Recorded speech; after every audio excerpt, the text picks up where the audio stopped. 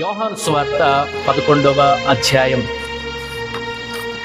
యోహాను సువార్త 11వ అధ్యాయంలో ఈ విధంగా రాయబడి ఉంది, చూడండి. యోహాను సువార్త 11వ అధ్యాయం 38వ వచనం నుండి నేను చదువుతాను. అక్కడ ఈ విధంగా రాయబడి ఉంది. యేసు మరల తనలో మూలుగుచు సమాధి యొద్దకు వచ్చెను. అది ఒక గుహ, దాని మీద ఒక రాయి పెట్టి ఉండెను. యేసు రాయి తీసివేయుడని చెప్పగా చనిపోయిన వాని సహోదరి అయిన మార్త, ప్రభా, అతడు చనిపోయి 4 దినములైనది గనుక ఇప్పటికీ వాసన కొట్టునని ఆయనతో చెప్పెను. అందుకు యేసు, నువ్వు నమ్మిన ఎడల దేవుని మహిమ చూతువని నేను నీతో చెప్పలేదా అని ఆమెతో అనెను. ప్రియమైనటువంటి దేవుని బిడ్డలారా, ఇక్కడ రాయబడినటువంటి ఈ సందర్భంలో లాజరు చనిపోయి అప్పటికే 4 దినాలైంది. వాస్తవమే. ప్రభువైనటువంటి యేసుక్రీస్తు వారు ఆలస్యం చేశాడు. వాస్తవమే. ప్రభువైనటువంటి యేసుక్రీస్తు వారు ఆ గృహాన్ని ప్రేమించాడు. అది వాస్తవమే. ఆ గృహాన్ని దర్శించి వచ్చినప్పుడు, ఆదరించడానికి వచ్చినప్పుడు, గొప్ప కార్యం చేయడానికి వచ్చినప్పుడు, అద్భుతం చేయడానికి వచ్చినప్పుడు, ఆశ్చర్యకార్యం చేయడానికి వచ్చినప్పుడు మార్తక్క ఏం చేస్తుందంటే అడ్డుకుంటుంది.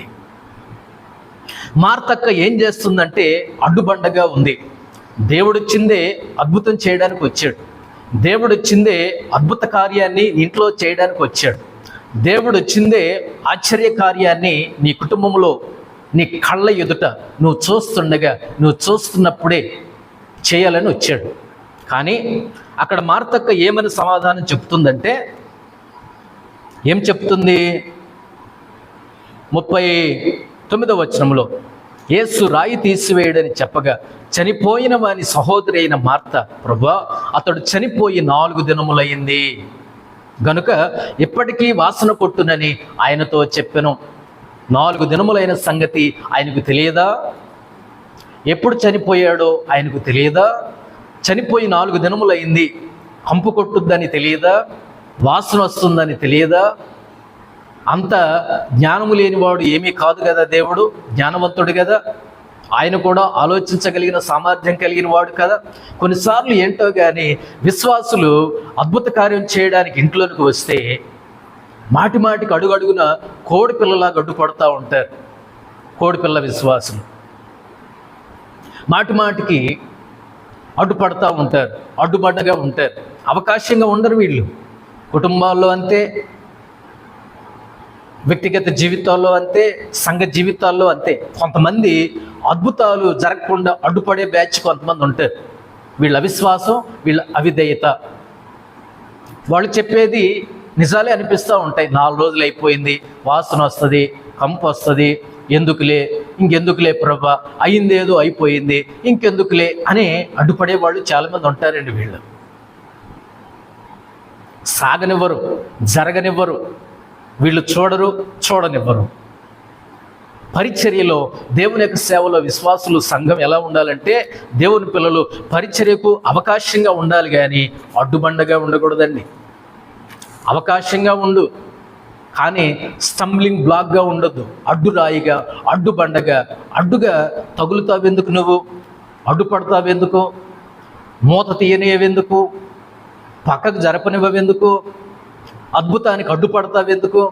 అద్భుతానికి అడ్డు తగులుతావెందుకు? పదే పదే చీటికి మాటికి. నీ అవిశ్వాసం నశించునుగాక, నీ అవిశ్వాసం పోవునుగాక. దేవుని మీద నువ్వు ఆనుకొని, దేవుని యొక్క శక్తి మీద ఆధారపడి, దేవుని యొక్క సామర్థ్యం మీద ఒరిగిపోయి నువ్వు గొప్ప కార్యములు చూచుదువుగాక. ప్రియా దేవుని యొక్క బిడలారా, మార్తక్క రాయి తీయనీయకుండా అడ్డుపడుతుంది. దేవునికే బోధ చెప్పేస్తుంది, బోధ చేసేస్తుంది, బోధకునికే బోధ చేసేస్తుంది, ఆలోచనకర్తకే ఆలోచన చెప్తుంది, శక్తిమంతుడికే ప్రశ్న వేస్తుంది. మన యొక్క జీవితంలో మనం అలాంటి వాళ్ళం కాదా? నువ్వు అలాంటి దానివి కాదా? నువ్వు అలాంటి వాడివి కాదా? ఎన్నిసార్లు అడ్డుకుంటావు నీ యొక్క జీవితంలో, నీ కుటుంబంలో అద్భుతం జరగకుండా? నీ అవిశ్వాసం చేత, నీ అవిధేయత చేత, నీ అపనమ్మకము చేత ఎన్నిసార్లు దేవునికి అడ్డుబడ్డంగా ఉంటావు? ప్రియా సోదరి, స్నేహితుడా, నీ యొక్క జీవితంలో అద్భుత కార్యం జరగకుండా అడ్డుకుంటున్నావు నువ్వు కాదా? నువ్వే ప్రతిసారి ఇంతే అడ్డుపడతావా? విశ్వాసం ఉంచవా?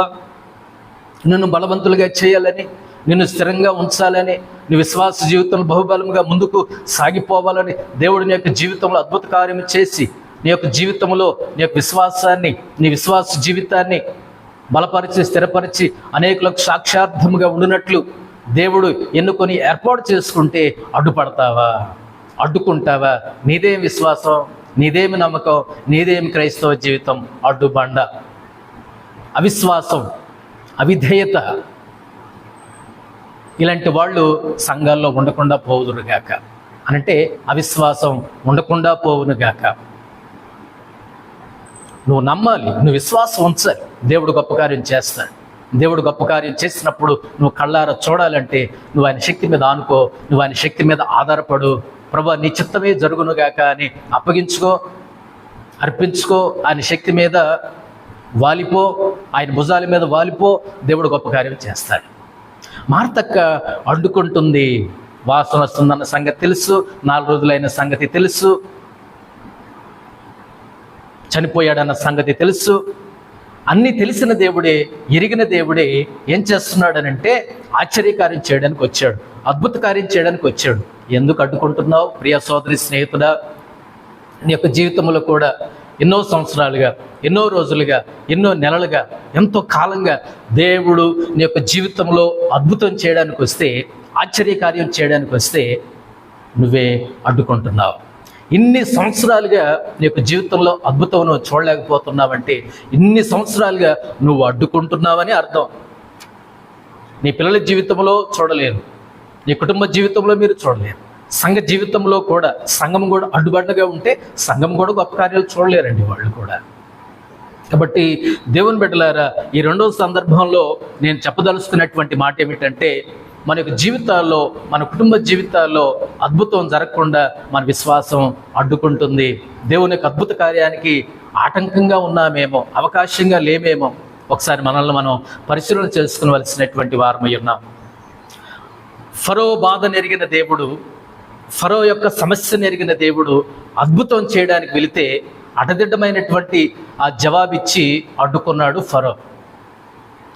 మార్తమ్మ గారి కుటుంబంలో దేవుడు గొప్ప కార్యం చేయడానికి వెళితే అటదిడ్డమైనటువంటి మాటలతో, అడ్డుకునేటటువంటి మాటలతో దేవునికే బోధ చేసేసింది మార్తక్క. దేవునికే ఆలోచనకర్తకే ఆలోచన చెప్తుంది, అద్భుతాలు చేసే దేవునికే అడ్డుకుంటుంది. ఆ రోజు ఆ అక్క మాత్రమే కాదు, ఈరోజు మనము కూడా, నువ్వు కూడా నీ యొక్క జీవితంలో ఇలానే అడ్డుకుంటున్నావేమో. అడ్డగించుకో, అవకాశం ఇవ్వు.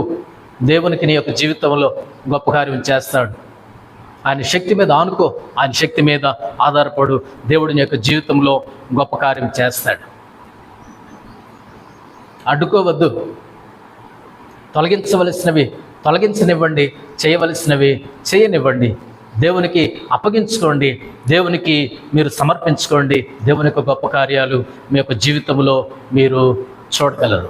అడదడ్డమైనటువంటి ప్రశ్నలు, అడుగడుగున అణువణువున అడ్డం తగిలేటటువంటి అడ్డుకునే విశ్వాసులుగా మీ యొక్క జీవితంలో ఉండకుండా విశ్వాసంతో ఉండండి.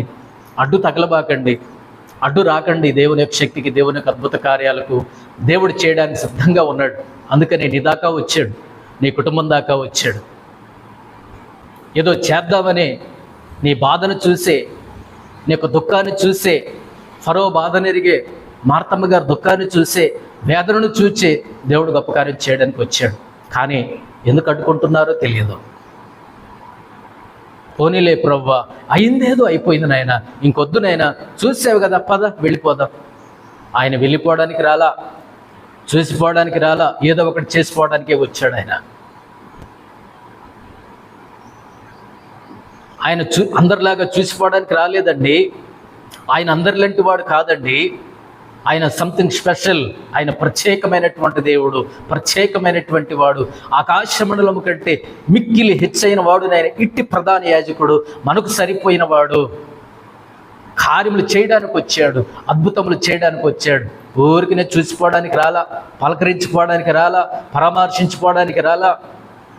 నువ్వు ఎట్లున్నావో, ఎట్లా ఏడుస్తున్నావో, నీ సమస్యను చూసి, నీ బాధను చూసి, నీ ఆవేదనను చూసి, నీ కష్టాన్ని చూసి, నీ నష్టాన్ని చూసి, అలా దూరం నుండి చూచి ఇంకా 2 రాళ్ళేసి పోదామని రాలా ప్రభు అయినటువంటి యేసుక్రీస్తు వారు నీ దాకా, నీ ఇంటి దాకా. చూసిపోవడానికి రాలా, ఆయన ఏదో చేసిపోవడానికే వచ్చాడు, అద్భుతం చేయడానికే వచ్చాడు, ఆశ్చర్యకార్యం చేయడానికే వచ్చాడు. నీ యొక్క జీవితంలో ఏదో ఒక గొప్ప కార్యం చేయడానికి నేను ఎన్నుకొని నీ దాకా వస్తే అడ్డుకుంటావా? అడ్డుమండగా ఉంటావా? కోడి పిల్లలాగా అడ్డుపడతావా? ఆయన శక్తి మీద ఆధారపడవా? ఆయన శక్తి మీద ఆనుకోవా? ఆయన శక్తి మీద వాలిపోవా? అందుకే నీ యొక్క జీవితంలో సోలిపోతున్నావు ప్రతిదానికి. అందుకే నీ యొక్క జీవితంలో నిరుత్సాహం, నిస్పృహలు.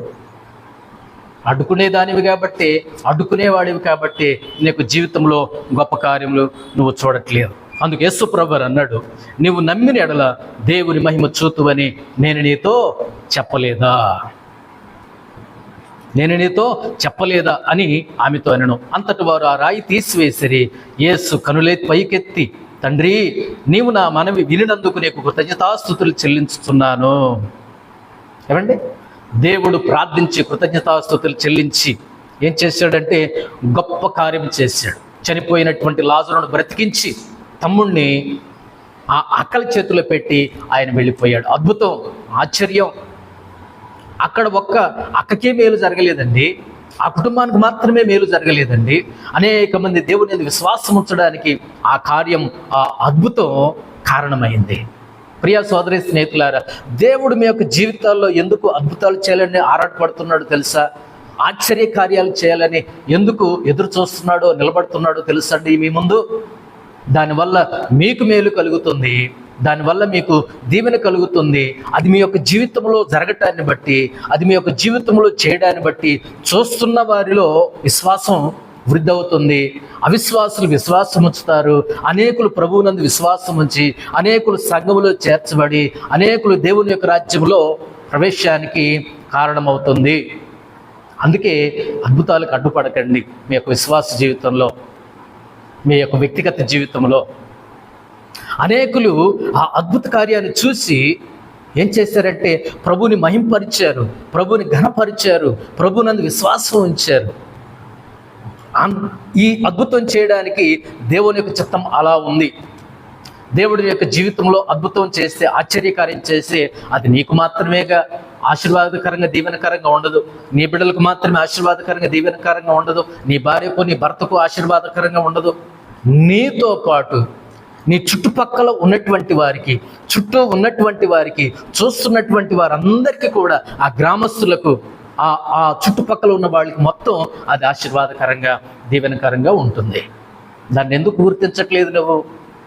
నీ యొక్క జీవితంలో దేవుడు ఏదో ఒకటి చేయడానికే వచ్చాడు. చూసిపోవడానికి రాలా, పలకరించిపోవడానికి రాలా, పరామర్శించుకోవడానికి రాలా.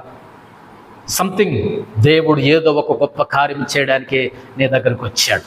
మార్తక్కలాగా అడ్డుపడొద్దు అక్కలారా, మార్తక్కలాగా అడ్డుపడొద్దు అన్నలారా, విశ్వాసులారా. దేవునికి అవకాశం ఇవ్వండి, ఆ చిన్నదాన్ని లేపుతాడు. అవకాశం ఇవ్వండి, ప్రభువుకి అవకాశం ఇవ్వండి, ఆ చిన్నదాన్ని లేపుతాడు దేవుడు. ప్రభువుకి అవకాశం ఇవ్వండి, ఈ లాజర్ను లేపుతాడు దేవుడు. ప్రభువుకి అవకాశం ఇవ్వండి, దేవుడు మీ యొక్క జీవితంలో గొప్ప కార్యం చేస్తాడు. ప్రభువుకి అవకాశం ఇవ్వండి, నీ కుటుంబ జీవితంలో గొప్ప కార్యం చేస్తాడు. ప్రభువుకి అవకాశం ఇవ్వండి, మీ యొక్క వ్యక్తిగత జీవితంలో దేవుడు గొప్ప కార్యం చేస్తాడు.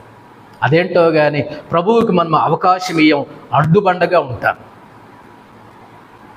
దేవునికి లోబడం, అపవాదికి లోబడి ప్రభువుని ఎదిరిస్తాం. ప్రభువుకు లోబడి అపవాదిని ఎదిరించండి అంటే అపవాదికి లోబడి ప్రభువుని ఎదిరిస్తాం, అడ్డుకుంటాం, అడ్డు బండలుగా మనం ఉంటాం.